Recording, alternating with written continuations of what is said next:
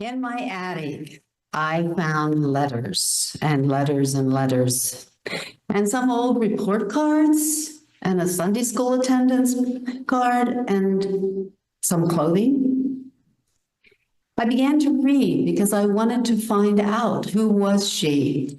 And as I read, I discovered I was moved by the depth of her journey, by the beauty of her writing and those who wrote letters to her, and the journey of faith and love that her short life encompassed. So I thought, what can I do with these? Well, she and the family were closely associated with Elizabethtown College, and I thought, the archives, that's where they belong. I kept a few for my children, but I also decided I needed to write out the story before I donated the letters. So I began to read and write. And I was finding that other people were interested in her too. So what I wound up doing was writing Fianna's story, which is out there in the lobby. And this is her story. What did I do? There, okay. All right. This was her family. A rather large family. Mother Fianna, she was named after her mother, Father George. It was a blended family. Both Fianna and George had been married before and brought children into their union. Their spouses had died.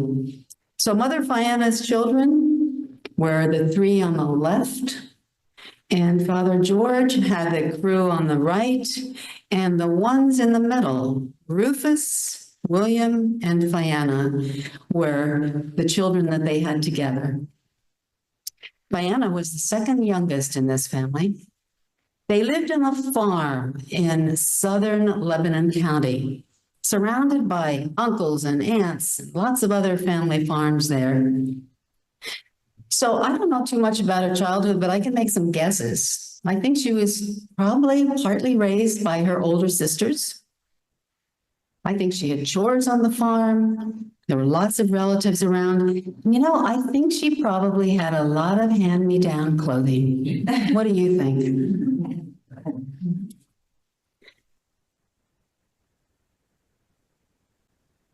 School days, school days. Her older siblings would have taken her by hand and taken her to school. And I have these report cards. I don't know if you can see it clearly there, but for the grade that she got in deportment, she's 6 years old, remember? And she got 95 in deportment, which I think is pretty good for a 6-year-old. Now, on the right, I have something called a head marks card, and I had to do a little research to figure out what that was. But head marks is the head student, the one who is the top of the class for a certain period of time. And the school teacher of the one-room school is the one who gives that out at her choice, at her choosing. I also inherited some homework that they kept. Penmanship book, and that book is on the table out in the lobby. She loved writing, and as you can see, repeated the same lines over and over again and repeated them beautifully. And I haven't tried to figure out whether that math is correct or not, but if anybody wants to, you probably can do that. So, home, family, school, and church. They belong to the German Baptist Brethren. We're rooted in it for generations. And Father George and his brother Christian were ministers there. This is a picture of the Bucher Meeting House where she attended. It has a cemetery behind it where her father George is buried with his first wife. And they were very dedicated to church. Church and family, family and church were all intermingling. When she was 9 years old, something really tremendous happened in her life. And this is the story. Her father went to Lancaster for a church meeting, and he learned there that there was no German Baptist church south of Lancaster City, although there were some people who belonged to the denomination who lived in the southern part of Lancaster County. He decided he was called to change that. So he went home and he informed or maybe discussed with his family that they were going to move. He sold the family farm, left all that cluster of relatives in southern Lebanon County, and moved in March, loading all their possessions up, and as the story goes, in a Conestoga wagon. And it took 2 days to go over muddy roads to the new farm that he had bought, which was near Mechanic Grove. And he and his family started the Mechanic Grove Church of the Brethren, which is still thriving and is very strong. Within a year, they had a regular worship, and Fianna joined the church there at 10 years old. She was one of the first 2 people to be baptized and become a church member. By age 17, she was Sunday school secretary. And this book that you see in the picture is out on the table there. You're welcome to take a little extra look at it. They kept very close, careful records, and you can also see her beautiful handwriting, right? You notice who had the prayer on that day. It was Rufus Bucher, whose room we are standing in, named after him. Mentioned the offering, the persons present. Sometimes they even named the weather that they had on that particular Sunday. Very detailed records there. So church was the heart of her childhood, but I think even more the faith that she grew, being part of her family and community, supported her throughout her life and through the hardships that came in her life. So what was the next stage of her life? Well, Father George believed in education, for girls too. And he wanted all his children to go to school if they could. Some of them went to Bridgewater because Elizabethtown had not started yet, but he was one of the early supporters of this college. And as you may know, Rufus was in the first class of Elizabethtown College. And a few years later, Fianna followed also. I inherited her college bill. You see how much it costs for a term? I won't make any comments, but the students who are sitting in the back there might be interested. She did get a $4.80 discount for being in a minister's family.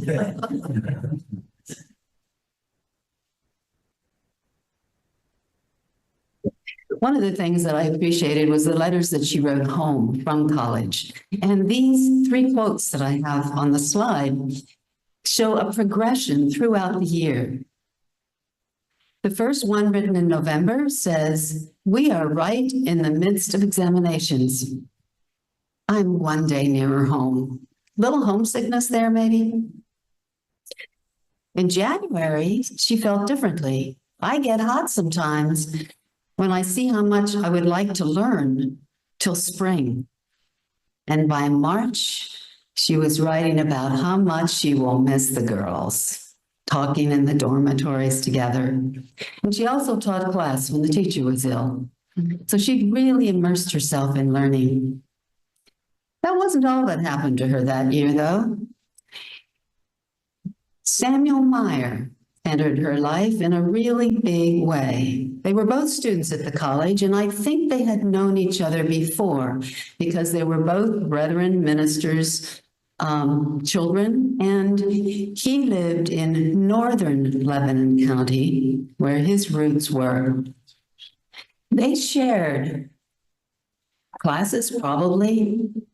Most certainly, they shared a love of poetry because I found some poems that they both read. And Longfellow was a favorite at that time, widely adored by the public everywhere. But I have a postcard that Samuel wrote to Fianna, and he signed it with their own private name, Hiawatha.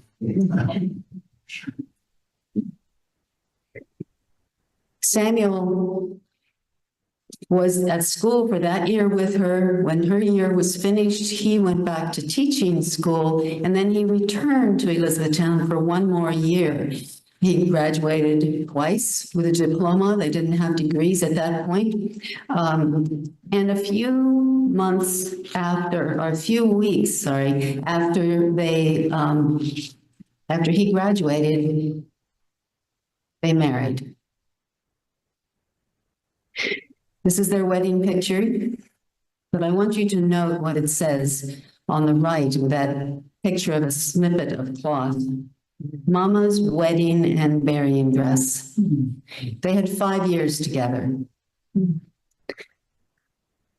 At that point, they were engaged in beginning a new family, having children, setting up housekeeping. They lived close to his family, so she lived 60 miles from her family, which was a really strong family unit. Here are the children. Ammon is the baby there sitting in the chair, and then when he's a little older, he has Leah as a sister. And I want to tell you that I have that dress that you see the picture of on the table out there, made over a century ago. Family and farm and children kept her very busy. Samuel, meanwhile, worked at the First National Bank in Fredericksburg, and I did a little research and found that picture. I also found that it was only 3 years old when he got the job there, and that his father and grandfather happened to be bank directors. I'm not going to say there's a connection, but that is his cashier's stool. He worked there for a number of years, and then he returned to teaching. So what was their life like? I had a lot of letters that went back and forth from Quarryville area, her family there, and Fianna. And these are some quotations that tell something about her life.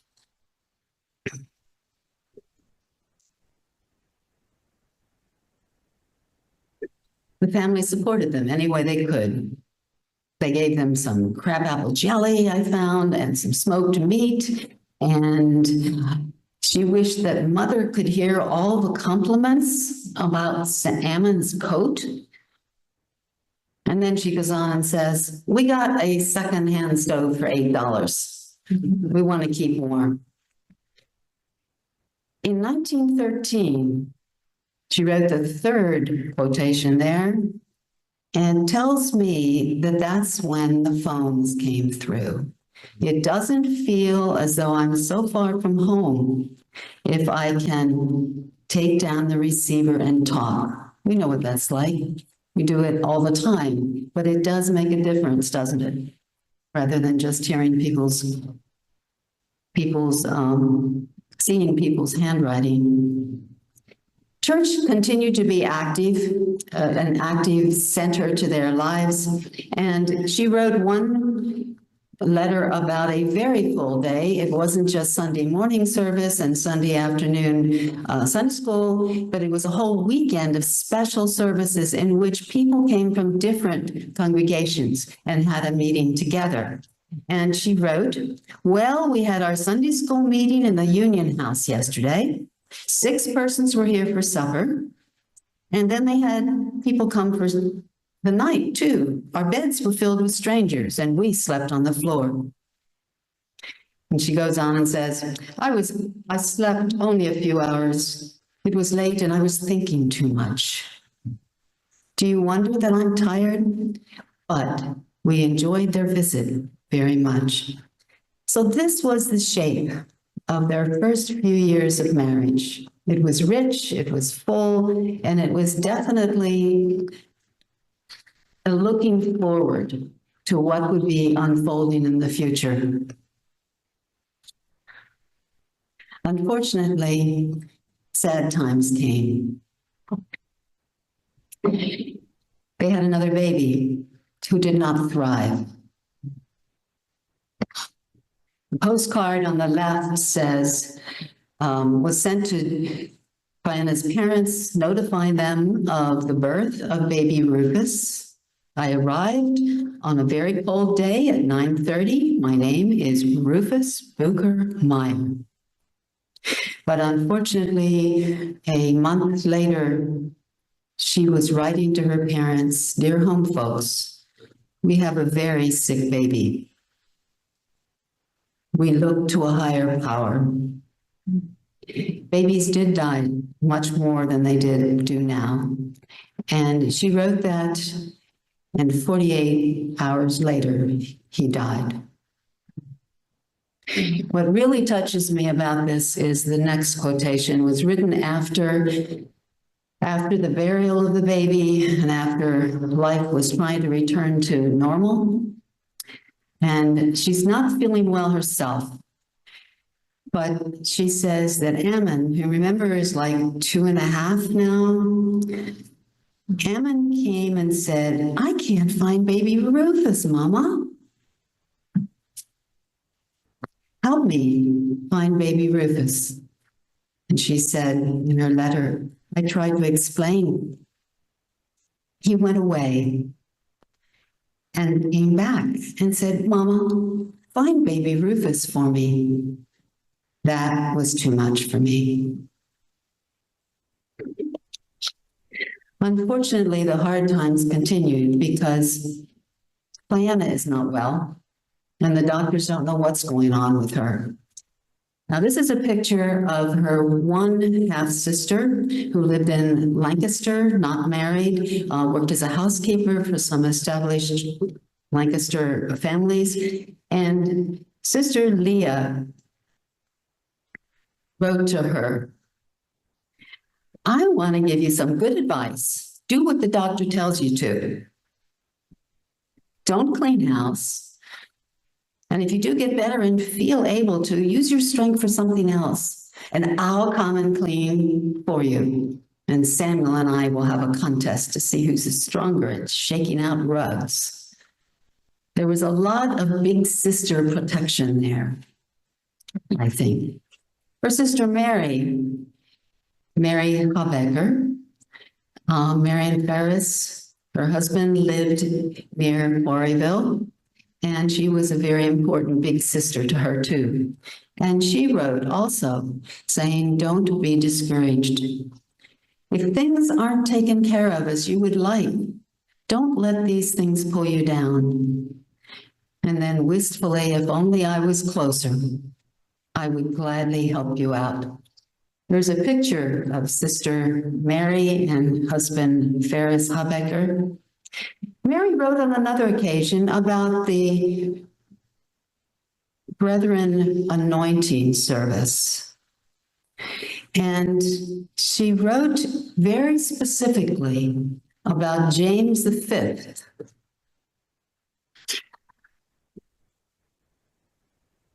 She said, it's a commandment that's usually not used until a person is dying, but the scripture doesn't say that. The scripture says, if you're sick, call on the elders. Well, I looked up what James V said, and James 5:14 says, "Is any among you sick? Let them call the elders of the church to pray over them and anoint them in the name of the Lord." Fianna took her sister's advice. They had a service, and she wrote back to her sister, "We had a beautiful service last evening. Brothers Wenger and Fouts were here. I never felt nearer heaven in my life. I'm stronger today, but I am demanding too much of my strength. I'm getting Leah's things ready and sending lots of clothes. Baby Leah, whom Fianna wasn't strong enough to lift anymore, lived with Sister Mary for almost 4 years. She stayed there until after her mother died and her father got his home reorganized again. But it was very painful to give up her baby. We give our darling girl into your hands for an indefinite time. Now, I included a note there that she wrote in a letter to her parents. Whatever you do, don't go to Europe now. Anybody know why? Why did she say that? The letter was written August 12th, 1914. I see some people nodding. Well, I did some research and I found out what their local newspaper said in its front page headlines on August 12th, 1914. Germans at the heart of Belgium. Big Germany army hurled at France near Alsace. British warned the US of mines at sea. It was the beginning of World War I. Now, her parents were not going to Europe, but they were going on a traveling preaching bit. And this was an expression of her horror at what she was reading about in the newspaper. Finally, she saw a hospital doctor, someone with more training, Dr. Weiss, who worked out at the hospital in Lebanon. And he did something that nobody had done before. I'm going to read what she wrote. He examined my lungs with some kind of instrument, which he put on my bare chest and had tubes to his ears. He could plainly tell by my breathing where the problem lay. He didn't give me a bit of medicine, he just gave me advice. She had never been examined with a stethoscope before. And unfortunately, what he said to her was, this is tuberculosis.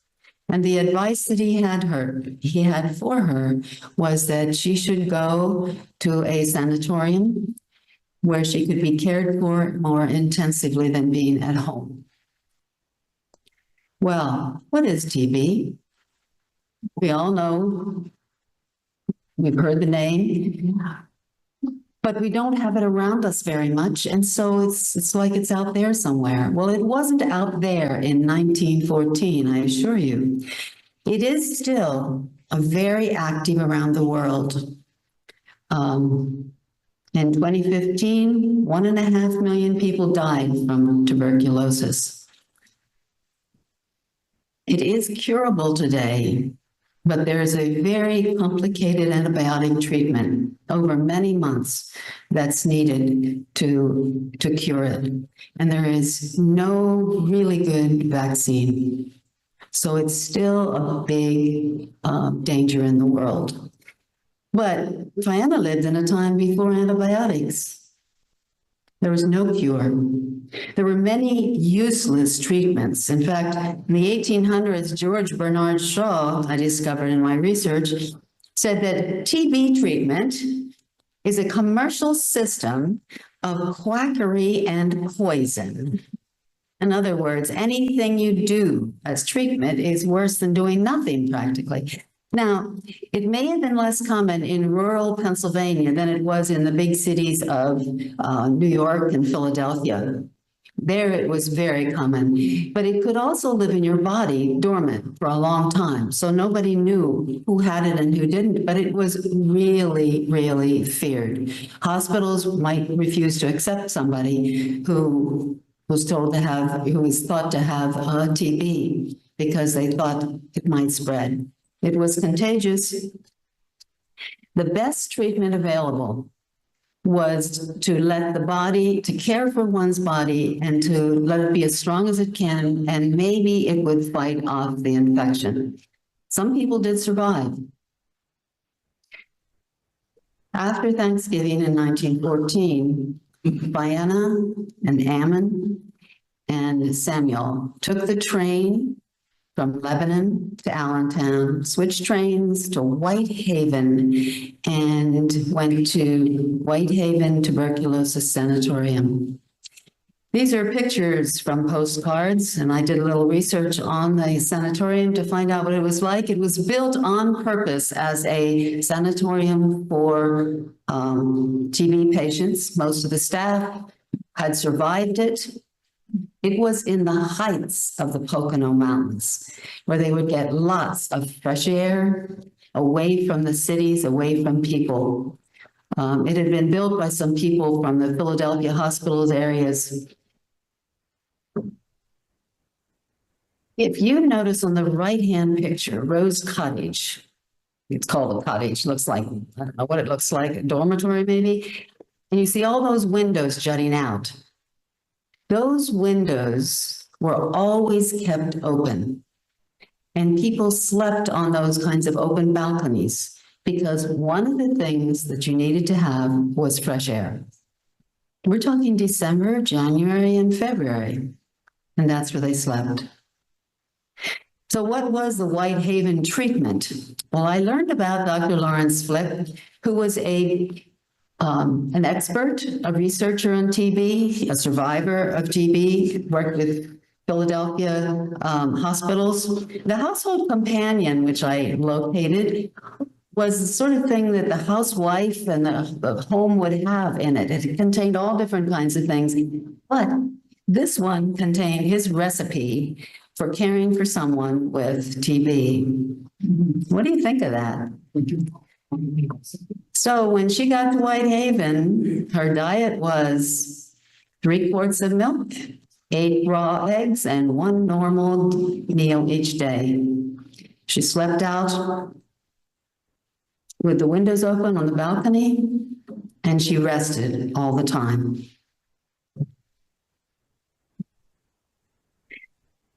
So how did it work?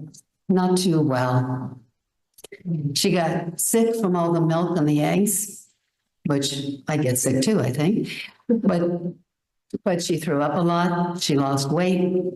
Eventually, one of the doctors said to her, you think you could, we'll cut back the amount of milk you're getting and the number of raw eggs, and we'll give you a little extra food, real food. And that seemed to help. Her stomach wasn't so upset all the time, but she didn't really get better. I love the center part about the sleeping on the balconies. I was disturbed a little by snow coming in on my face. Now, she had heavy quilts, so she wasn't cold really, but, it tickled her face to have snowflakes falling on it. And her pillow was all snowy.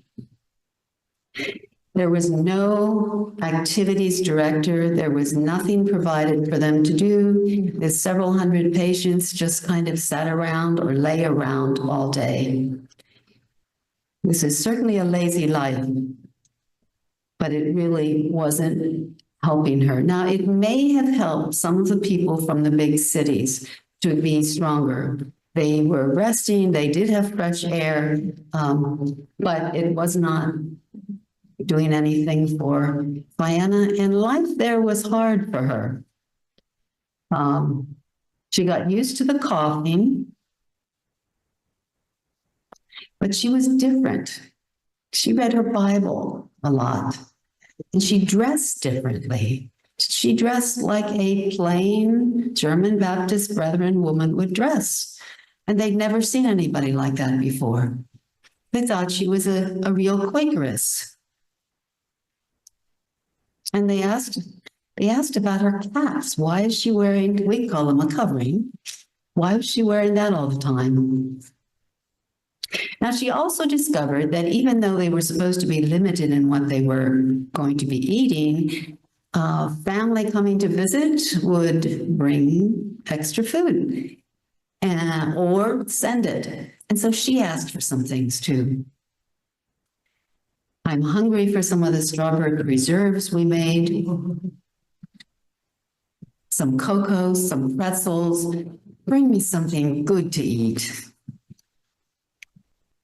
She also just didn't have anything to do. And you notice that some of the people had some books, and she asked, do you think it would hurt me to read white slave traffic? Instead of her reading white slave traffic, they decided to send her some church magazines, some local newspapers, some books. I suspect she was making a joke there. She has a sense of humor.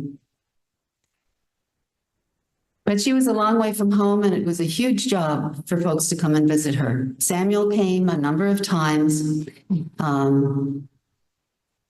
Her sister Mary came and brought little Leah along, and that was a real gift to see her little girl, see how much she'd grown. And her parents came one time. This is the entrance to Whitehaven Sanatorium. And she wrote in a letter to one of her siblings how good it was to have her parents there. They got some coffee. The staff seemed to appreciate that they traveled so far to see their daughter. And her mother apparently brought some caps that she'd knitted because they had to sleep out on this balcony, and not all of them had caps like she did. And she handed them around some of the other patients. And I can picture George Bucher, her father, going from room to room and shaking hands with people and asking them their names and where they're from and how they're doing. Just being the welcoming kind of a presence that he was. Her neighbor said, "Can your father write?" Well, he didn't get past 8th grade, but he did write a lot. And he read a lot too. So there we are. She's living there. The hardest thing is missing her children and Samuel. And here I have a couple of quotations from postcards she sent. The postcard on the left, a Happy New Year. The other side of it says, Dear Ammon. I guess this is Ammon and Leah on this card. Don't you think so? And she missed her daughter's birthday on January 20th. To my little Dolly. May you have many more happy birthdays, and may you live to be a good little woman. She did. She was my aunt, so I know. The center of her life continued to be her faith. She missed her church community. She said, Sunday's like any other day, unless we try to make it different. She also said, you have no idea how little some people think of using God's name in vain. And she missed Bible study. One thing that she did do was ask the church, her home congregation, for prayer. And Samuel wrote her a letter telling how the church prayed for her and how that was shared. He said, your letter was touchingly given by Brother Wenger. He could hardly read it, and I guess he tried to make an impression.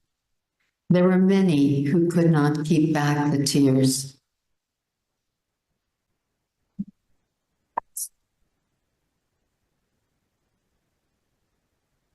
In her interactions with other people, having a gentle upbringing where faith was an important part of it helped her, but it also presented her with some challenges. Some of the patients said she should make it worse than it is so that she'd get attention because they felt she was being neglected. And then her roommate, who didn't get those extra little meals, was jealous. And she just stared at her and said nasty things to her about the fact that she was getting a little extra food. And then there was the stolen toast story, which I am going to dip into the book I've read and read to you because it's priceless. Yesterday morning, while taking my milk, I said to my roommate, I wish I had a piece of toast to eat with this. Before I knew it, she went out into the kitchen and stole 2 pieces of toast with butter and brought them to me. Well, I didn't know what to do. My conscience told me it was wrong to eat it as she had stolen it, and I knew I would offend her if I didn't eat it. After a while, I said I couldn't do it. She asked why, and I said, my conscience won't let me. She started to scold me and call me a foolish thing. I let her talk, but I resolved in my heart not to take it. I said, maybe the Lord will let me get well on my conscience, even if I don't have so much in my stomach. After a while, she said, of course, it is stealing. I don't think she'll do that again. It was a little thing, but I'm sure that toast would have been hard to digest had I eaten it. There are many chances to let your light shine in a place like this. I think that's what she found to be true. Samuel was going through his own dark night. He came to visit her one time, walked up the mountain behind, covered with snow, and it looked about like this, I think, because they were really in an isolated spot high in the mountains. And he knelt in the snow and prayed for her to recover.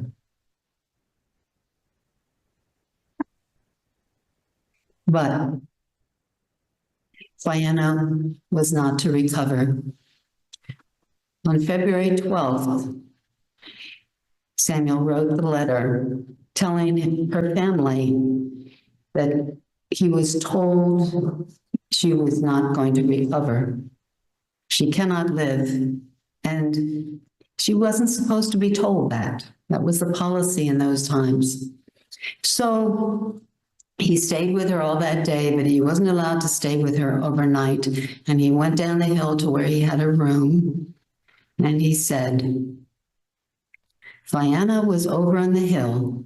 Ammon was at home. Baby Leah was with Aunt Mary.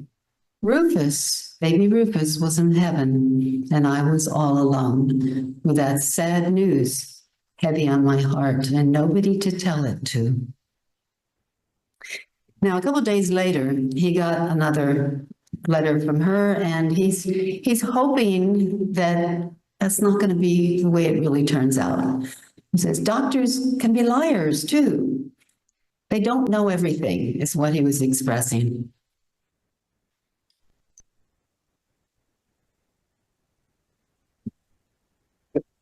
The newspaper clipping there talks about her journey home.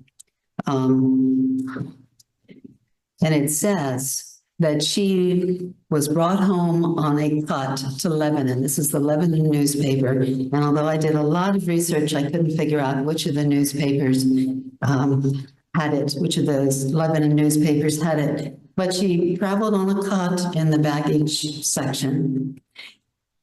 And her appearance stretched out on a cot attracted considerable attention at the station, and much sympathy for her condition was expressed, even if people didn't know who she was. The doctors had recommended she come home to die. She could be cared for better there. She could be surrounded by family. Fianna lived 6 weeks after she returned home. Her sister Leah, who worked in Lancaster as a housekeeper, left her job and came and took care of her. She stayed with Samuel and Ammon for several months, actually. And Ammon was there, of course. Baby Leah and Sister Mary came to visit. There were many visitors, but she kept on going downhill. There was basically nothing that could be done for her. She was in pain and she was bedfast.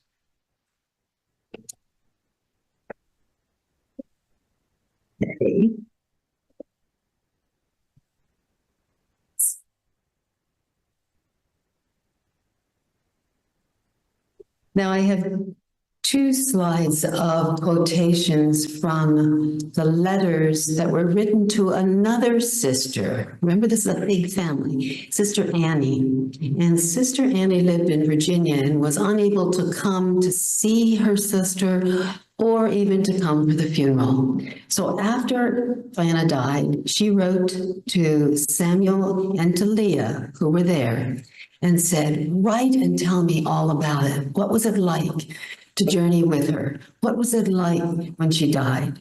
I want to know. And they wrote long letters, 8, 10-page letters, spelling out everything. And it was probably good for them to write it too. And the letters were kept, and I have a copy of them. She was anointed again. This is Sister Leah writing to Annie.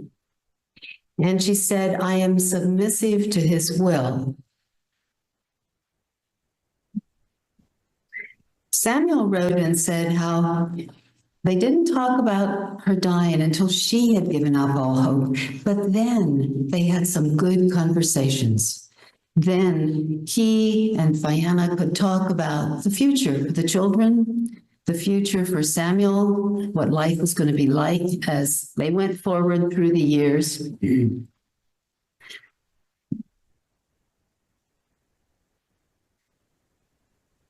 The doctor, Sister Leah wrote, Dr. Wise was tending her. And he had visited her and she said, I'm sorry I'm still here. I was hoping I'd be gone by now. He was teary-eyed and he felt so bad that nothing could be done for her.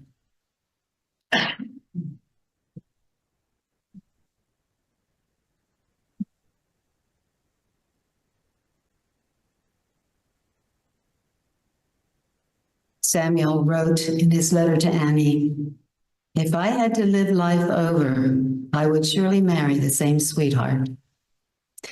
I would do the same things over only if I had more wisdom.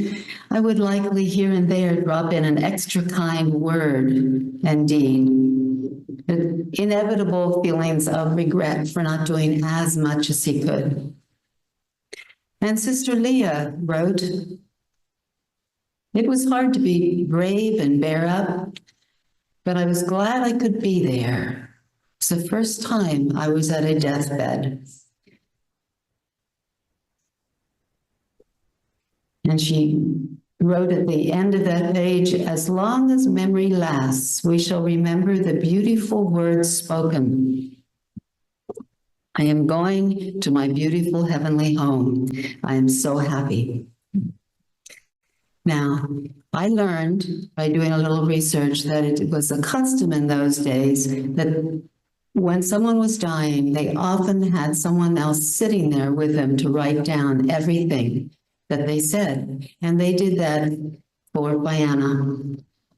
She died on April 11th, 1915. Her family was there. And this is the page on which her final words are written. I'm going home. I'm so happy. I want to just read something that is on another sheet of that. And Fianna says, I'm going to my beautiful heavenly home. Samuel responds, we will come sometime. And she said, I will wait for you inside the gates. You see there the depth of faith that she had in what she had been taught, and it sustained her throughout her life. The community gathered. Now the Buchers and the Meyers were both big families, and they knew a lot of people. There was the college community, of course, and I think at that time, I.N.H. Bean was still the president here, which was her brother-in-law. And there was also the Quarryville Circle. There was the Southern Lebanon County circles. Father George put a notice in the Quarryville Sun the newspaper there saying, if you want to come to this funeral, this is how you do it. This is the train to take. Someone will meet you in Lebanon and you can come. So it was an enormous funeral. In fact, one of the newspaper articles that I found said it was one of the largest circles or largest services held in the area. 400 people dined after the service, and 125 horses were fed. This is the Union Meeting House where her funeral was held. It was one of the churches where the congregation met, and it was probably one of the largest ones. So not everybody could get in the building, though, anyway.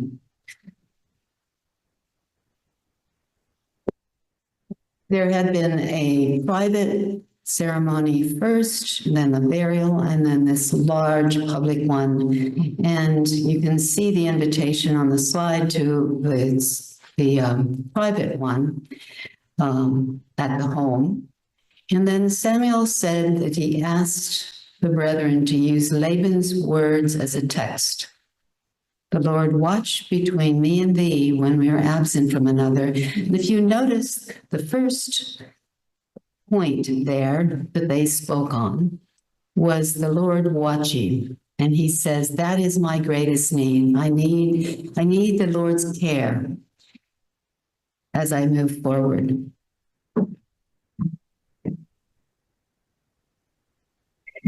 After the funeral was over and he went home, he said wisely, now the worst is yet to come.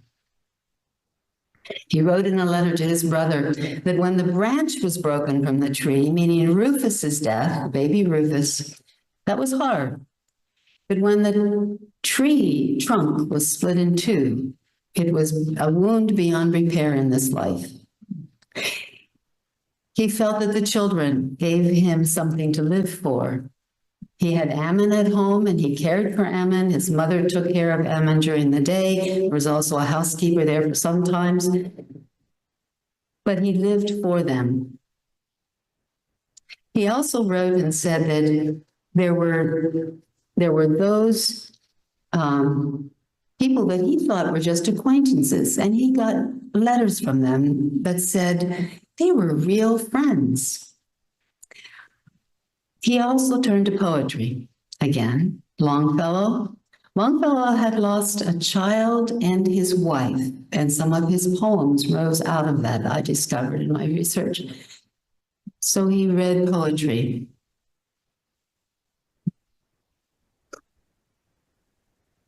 I began not knowing this woman. All I knew about her was that my father remembered faintly that she had dark hair and she was slender. Well, she was only 28.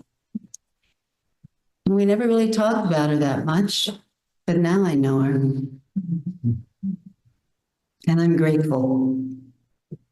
And I'm also glad to share her story with you. I haven't emphasized so much the research I did, but you probably guessed throughout that there was more than was in the pictures themselves. So I'm finished with what I had to offer, and I invite you to ask questions.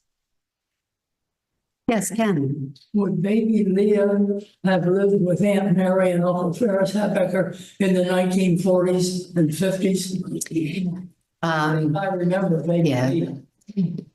No, she would not have lived with him, but, okay, yes. Baby Leah, how long did she stay with Sister Mary and her husband down there? She lived with them full time until she was 4 years old.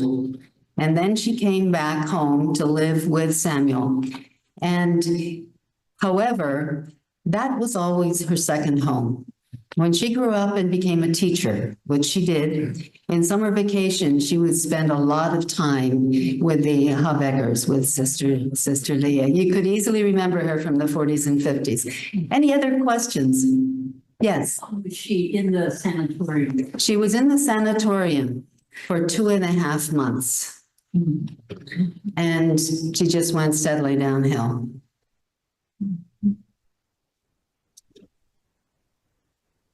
Yeah. Just a comment. Mhm. Our daughter was the TB specialist for the University of Pittsburgh. And she tells us the biggest problem today is that people have TB, that they feel like they're getting better, that they refuse to continue their medicine, and it comes back worse. And that there's still many patients. I think there are patients in the United States as well as abroad, but it isn't as common as it was. And the comment was about the fact that people feel better and therefore quit taking their medicine. I hope that isn't too common. Yes, Marty, I think I saw your hand. Yeah, the first postcard, I think, when they first got married, it looked like it just had her name and Elizabethtown, and that was sufficient to get it to her. Marty, yes, the address that just had her name and Elizabethtown was sufficient to get it to her. Boy, have times changed. Yes, Dave. Well, I left the sanatorium and went back home. Any idea how the family managed the contagious piece? Yeah, the question is about how did they handle the contagious piece? Because they were caring for her very closely. And Leah did write a letter about that. Her sister Leah, who was doing a lot of caring for her, she talked about how we tried to wash everything we used when she was coughing and just, spewing up. They would throw the handkerchiefs out. They tried to do a lot of washing. I don't think they have the kind of masks we have today. The other thing is that there are different degrees of how contagious something is. And tuberculosis is not COVID.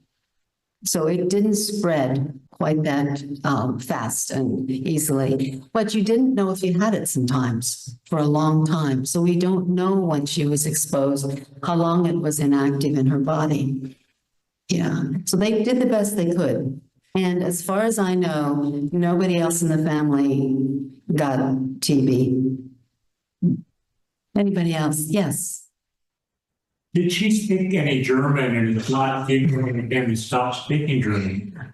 I don't know exactly. Her mother, it is said, didn't write to them very often because she was uncomfortable with writing in English. So, and I know that both she and Samuel knew German. In fact, I had to get a translator because a couple of their letters had a few sentences in German in them. So I had somebody, and I don't know exactly when the transition happened, but their generation did at least know it well enough to write.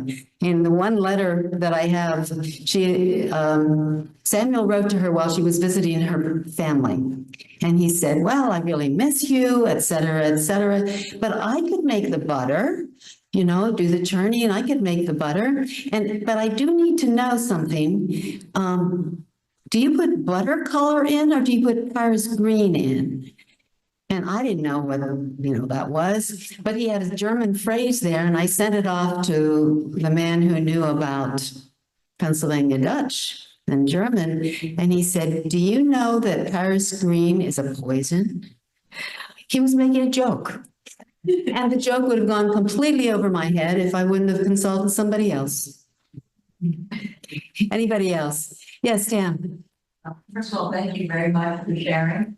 Yeah. In the archives, or in any of the other stories, were you able to get a sense of how Samuel survived and cared for the children? Right. He remarried? Mm-hmm.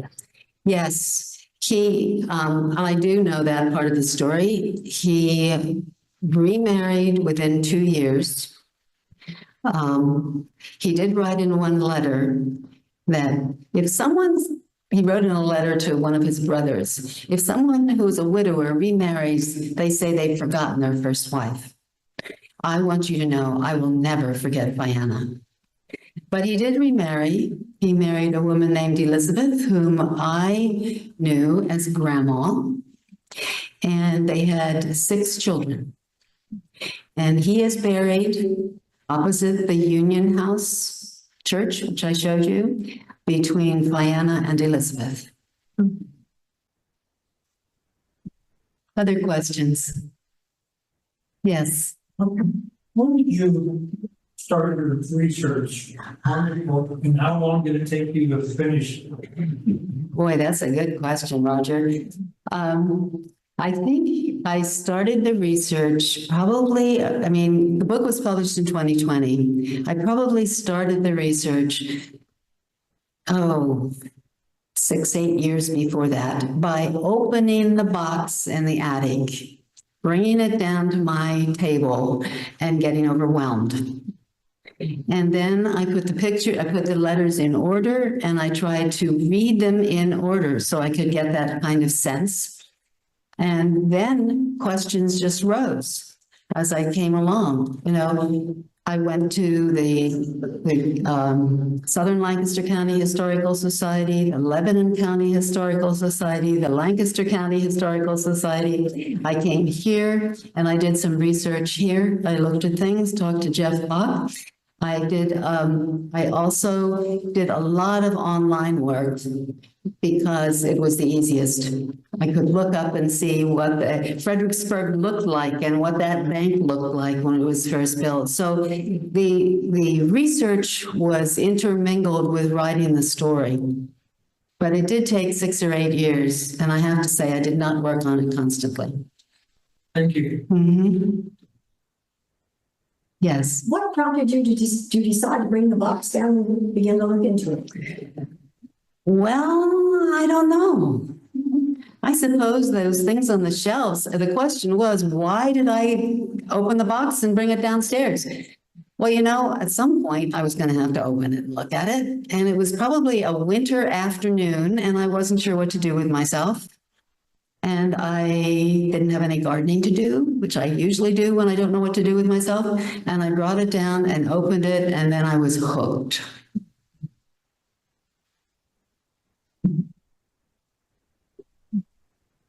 One more question, Tam. How did you get the box? How did I get it? The box, I think, was saved by Samuel probably, and some probably by Leah and Mary and other family members, and it was given to my father.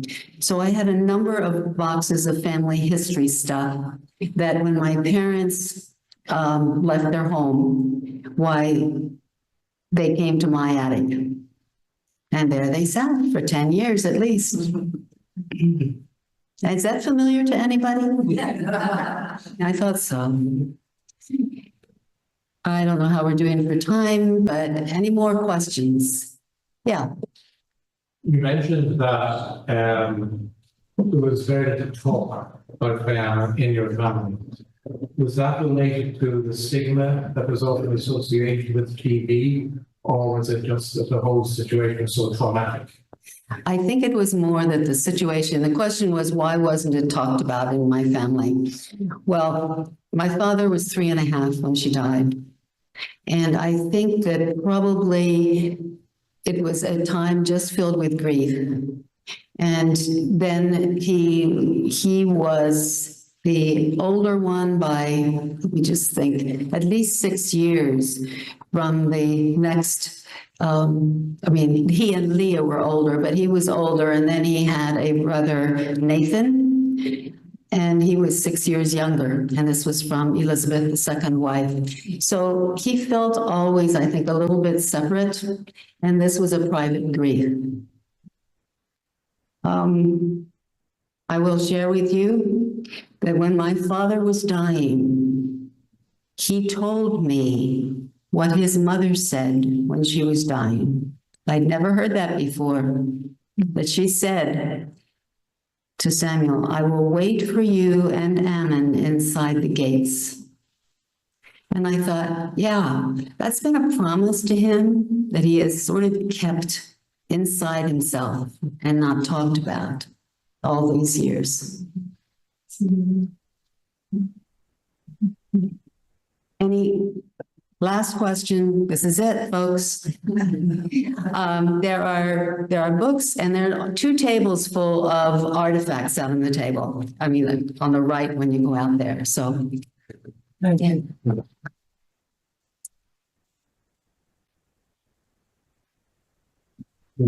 you. Thank you very much, Nancy, for that presentation. And do take time to look at the items on the tables and to take notice of the books. I read Fianna's story last winter and enjoyed it very much. I'll add the fact that there is an additional artifact in the Bowers Gallery. The exhibit about the love feast includes a table that was transported by George and Fianna Bucher from Lebanon County to southern Lancaster County. And there's a small description on the, I guess you'd say the back side, the side of the table that you'll see if you're walking this way towards the parking lot.